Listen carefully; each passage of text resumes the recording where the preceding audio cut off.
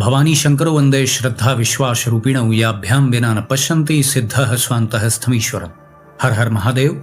हार्दिक स्वागत करता हूँ आप सभी भगवत प्रेमी दर्शकों का आपके अपने ही YouTube चैनल जगत पिता शिव में। भगवान श्री अव्ययेश्वर महादेव जी की कृपा से आप सभी स्वस्थ सकुशल और प्रसन्न होंगे, ऐसा मुझे विश्वास है। धर्मार्थ काम मोक्षाणाम देहः परम साधनम तस्मादन्नेन पानेन पालयेत् देहमात्मनः। अर्थात यह शरीर धर्म अर्थ काम एवं मोक्ष का परम साधन है, अतः अन्न एवं जल से अपने शरीर की रक्षा अवश्य करनी चाहिए। शिव महापुराण से लिया गया यह महत्वपूर्ण श्लोक था।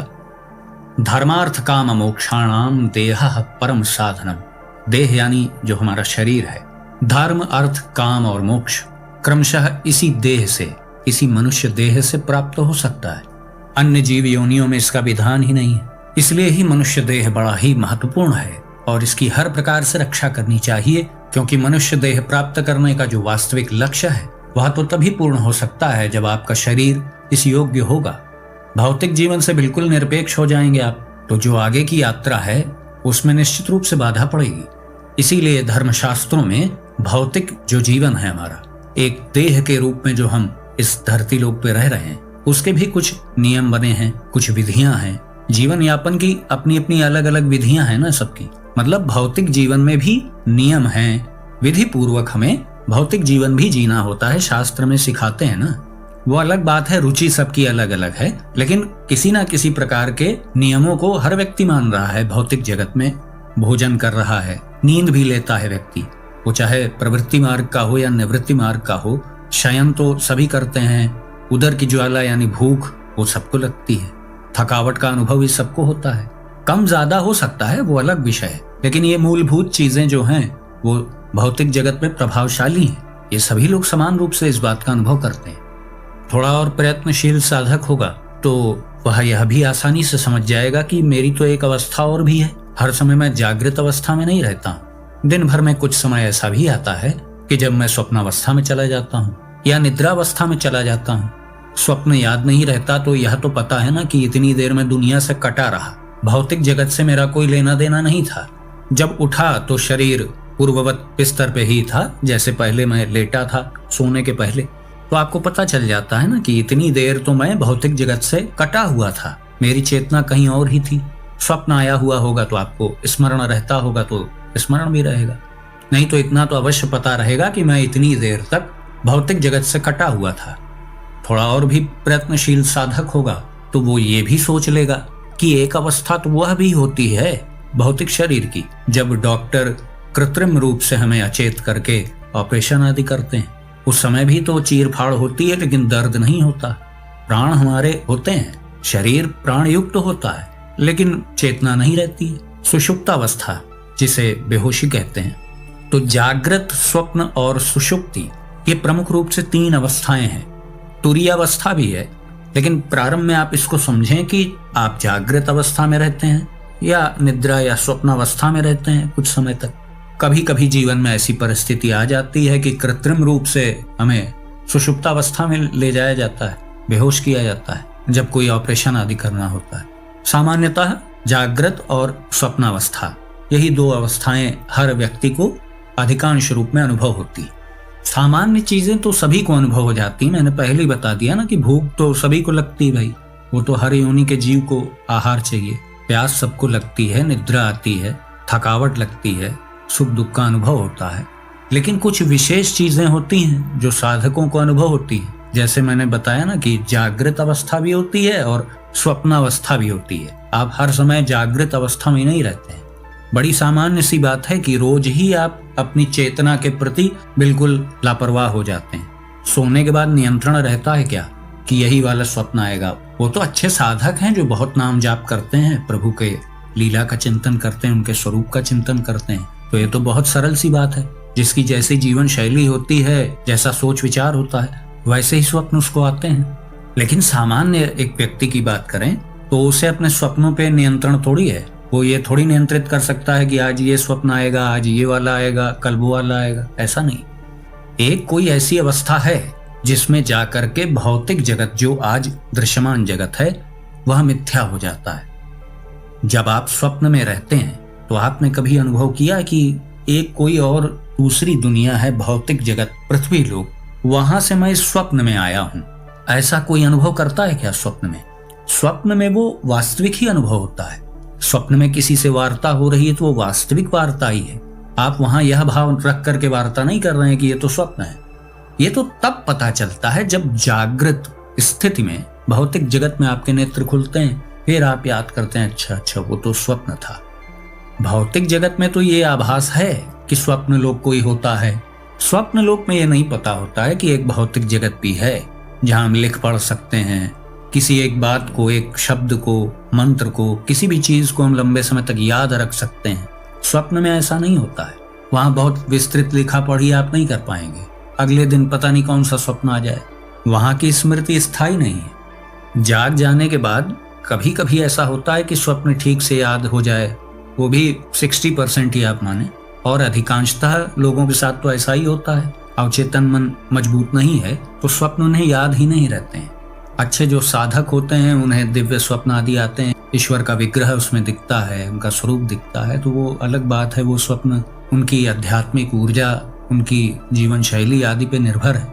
लेकिन एक सामान्य व्यक्ति को तो ऐसा ही अनुभव होता है ना कि भाई एक जागृत अवस्था है जिसमें मैं भौतिक जगत में काम कर रहा हूँ, भोजन कर रहा हूँ, ऑफिस जा रहा हूँ, दुकान पे जा रहा हूँ, पढ़ाई लिखाई कर रहा हूँ, हर काम कर रहा हूँ। लेकिन एक स्वप्न अवस्था भी है जिसमें जाने के बाद भौतिक जगत से तादात्म्य समाप्त हो जाता है, जबकि भौतिक शरीर भौतिक जगत में ही पड़ा हुआ है। तो ये बातें मैं इसलिए आपको बता रहा हूँ कि इसी से मात्र आप अनुभव कर लें कि आप भौतिक शरीर नहीं है। इसको बार बार अनुभव कराना पड़ता है। रोज आप बैठकर 10 माला जपें इस बात की कि मैं शरीर नहीं हूं, मैं शरीर नहीं हूं, और बहुत लंबे समय तक करें, फिर भी ये आदत छूटती नहीं है। बहुत गहरी आदत, मैं शरीर हूं। पहला अनुभव यही जाता है ना व्यक्ति का। सो के उठेगा तो ये थोड़ी पहले ही मन में आएगा कि देखो भाई मैं शरीर नहीं हूं। तो ये अभ्यास का विषय है।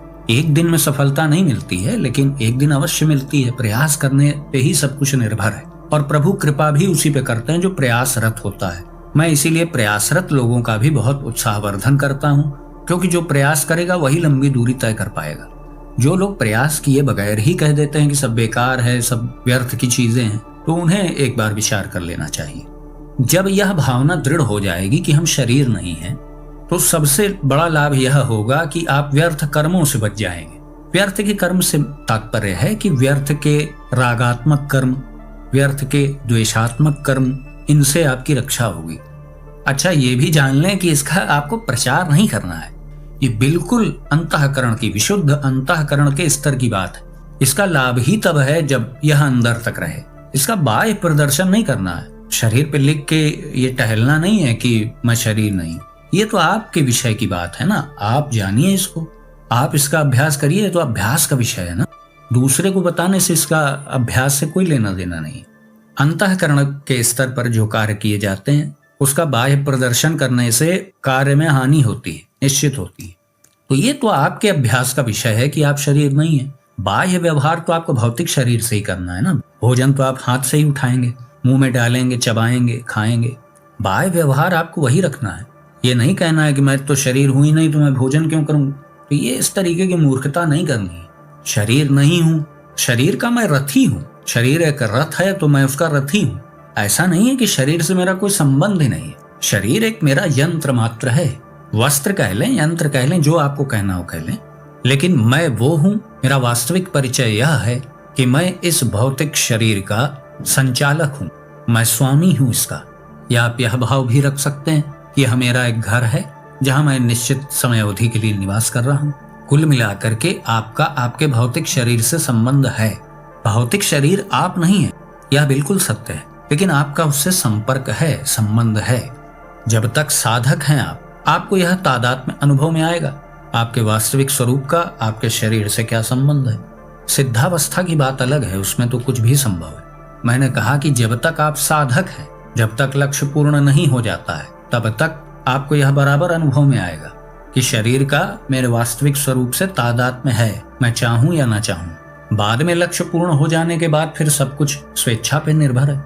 लेकिन जब तक साधक है उसे यह अनुभव में आएगा कि उसका वास्तविक स्वरूप और है, भौतिक शरीर और है, मतलब भिन्न भिन्न है। साधक जब तक प्रयासरत रहता है उसे ऐसा अनुभव होता है।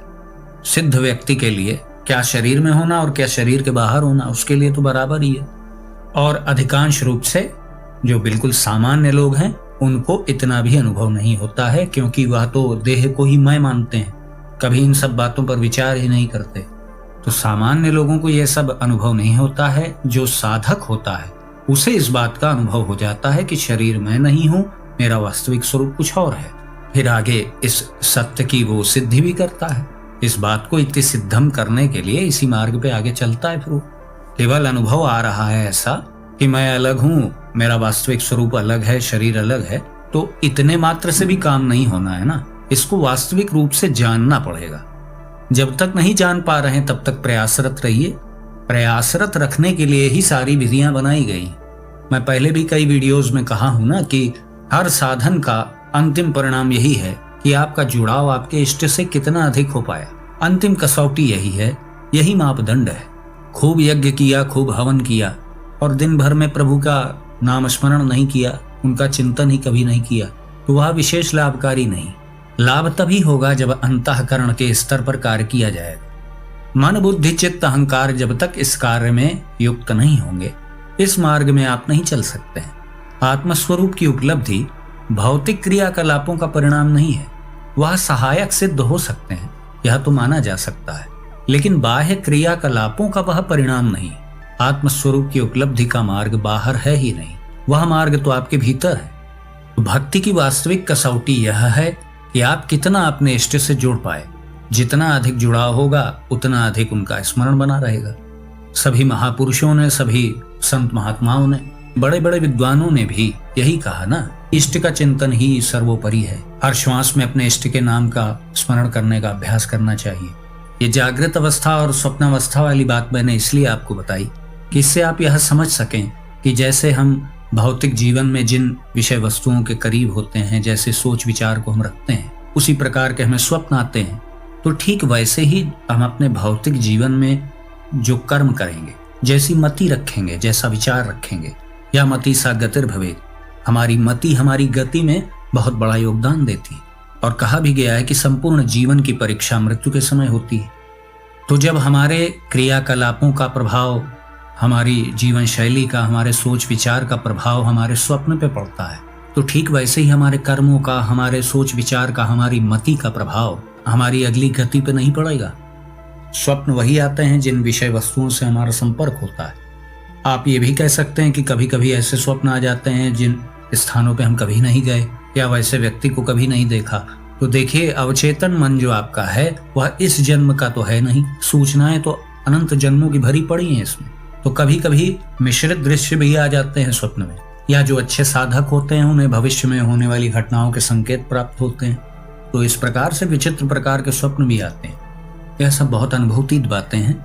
इसीलिए आप देखिए, जो विद्वान साधक हैं वह व्यर्थ चिंतन में अपने समय को नष्ट नहीं करते। वह भगवान नाम स्मरण में लगे रहते हैं, अपने इष्ट के नाम जाप में लगे रहते हैं, भगवान महादेव जी, भगवान शिव जी के नाम जाप में लगे रहते हैं। वो ऐसा इसलिए करते हैं कि अधिक से अधिक वह नाम उनके चारों ओर व्याप्त रहे, उनके श्रवण में भी वही जाए। श्वास लें तो उसी नाम के साथ श्वास जाए, श्वास निकले तो उन्हीं के स्मरण के साथ निकले। इष्ट का ही दृश्य नेत्रों के सामने रहे। ऐसा इसलिए किया जाता है कि पता किसी को है नहीं कि कब अंतिम क्षण हो जाए। तो इसीलिए साधक अधिक से अधिक प्रयासरत रहता है इस कार्य के लिए।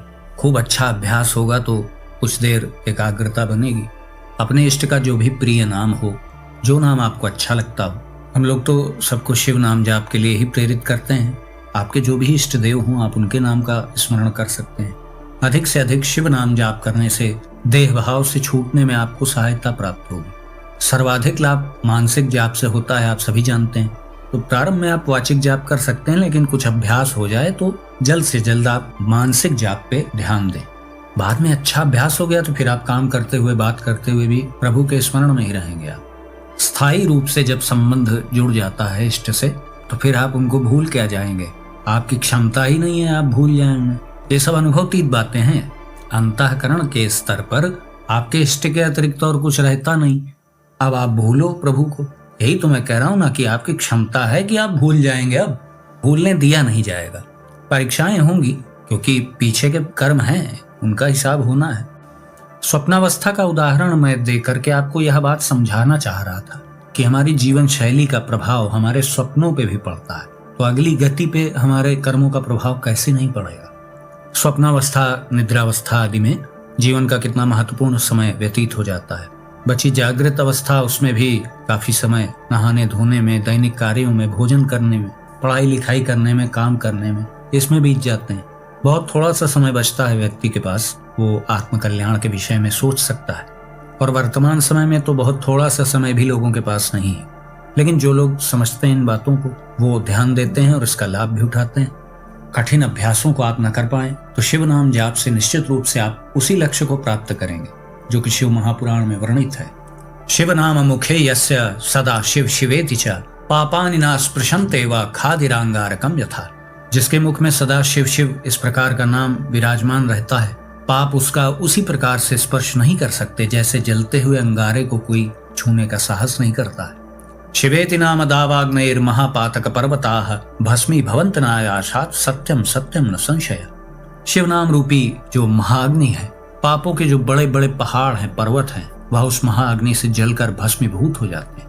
यह सत्य है, इसमें संशय नहीं। तो ऐसा वर्णन शिव महापुराण में शिव नाम जाप के लिए है। शिव नाम जाप से शीघ्रता से आपके पापों का विनाश होता है, जो संचित पाप कर्म आपके हैं। और वर्तमान में आप अपनी जीवन शैली को बिल्कुल पवित्र कर लें, पवित्र भोजन करें, अच्छे लोगों का संग करें, पवित्र और उपयोगी विषयों का आप अध्ययन करें। स्वाध्याय में बहुत शक्ति होती है। दुनिया में सभी के पास प्रत्यक्ष गुरु विद्यमान हो ऐसा आवश्यक तो है नहीं, तो कुछ समय आपको स्वाध्याय में अवश्य देना चाहिए। शास्त्रों का स्वयं अध्ययन भी आपको करना चाहिए। जैसे अभ्यास स्वयं करने पर लाभ देता है, उसी प्रकार से कुछ अध्ययन हमें स्वयं भी करना चाहिए, उससे एक अलग ही प्रकार का लाभ होता है। तो संचित पाप कर्मों के विनाश के लिए अपनी जागृत अवस्था में थोड़ा सा समय निकालकर आप अपने इष्ट भगवान महादेव जी, भगवान शिव जी के नाम का स्मरण करें। धीरे धीरे जैसे जैसे आप नाम जाप में आगे बढ़ेंगे तो आपकी रुचि भी बढ़ेगी, जिज्ञासा बढ़ेगी, मुमुक्षा बढ़ेगी, फिर क्रमशः आपको स्वयं मार्ग मिलता चला जाएगा। ये सब नहीं सोचना चाहिए कि आगे कैसे होगा, क्या होगा। वो प्रभु स्वयं सारी भूमिका बना देते हैं। अपने भौतिक जीवन के दायित्वों का पालन करते हुए आपको अध्यात्म मार्ग में आगे बढ़ना चाहिए। इसका बाह्य जगत से कोई लेना देना नहीं, अंतःकरण के स्तर पर यह कार्य होना चाहिए। कुछ भी ना कर पाए तो प्रभु का नाम स्मरण अवश्य करें। इसमें ना कोई धन लगता है, ना कोई बाह्य आडंबर है इसमें। मानसिक रूप से नाम जाप का अभ्यास करें। अभ्यास से सब कुछ संभव है। धीरे धीरे आप रुचि जगाएंगे, आगे बढ़ेंगे तो निश्चित रूप से आप उसमें भी सफल हो जाएंगे। तो आज का वीडियो हम यहीं समाप्त करते हैं। आशा करता हूँ जो भी जानकारी आपको दी गई वो आपको अच्छी लगी होगी। यदि वीडियो आपको पसंद आया तो इसे लाइक करें, अपने मित्रों बंधु बांधवों के साथ शेयर करें। यदि इस चैनल पर आप पहली बार आए हैं तो कृपया इस चैनल को सब्सक्राइब करें। तो भगवान श्री मार्तंडेश्वर महादेव जी से मैं ऐसी प्रार्थना करता हूँ कि वो आप सभी को सदा सुखी, स्वस्थ और ऊर्जावान बनाए रखें।